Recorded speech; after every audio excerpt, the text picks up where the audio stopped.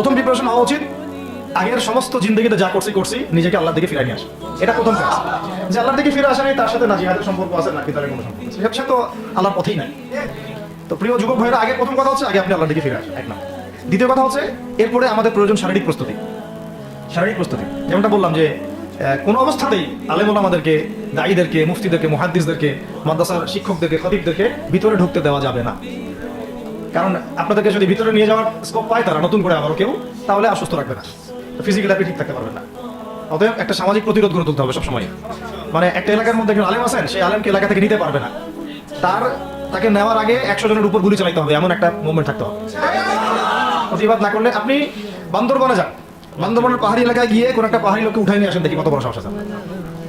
Army পর্যন্ত পারে না, এ পারে না, সেনাবাহিনী পারে না, পারে?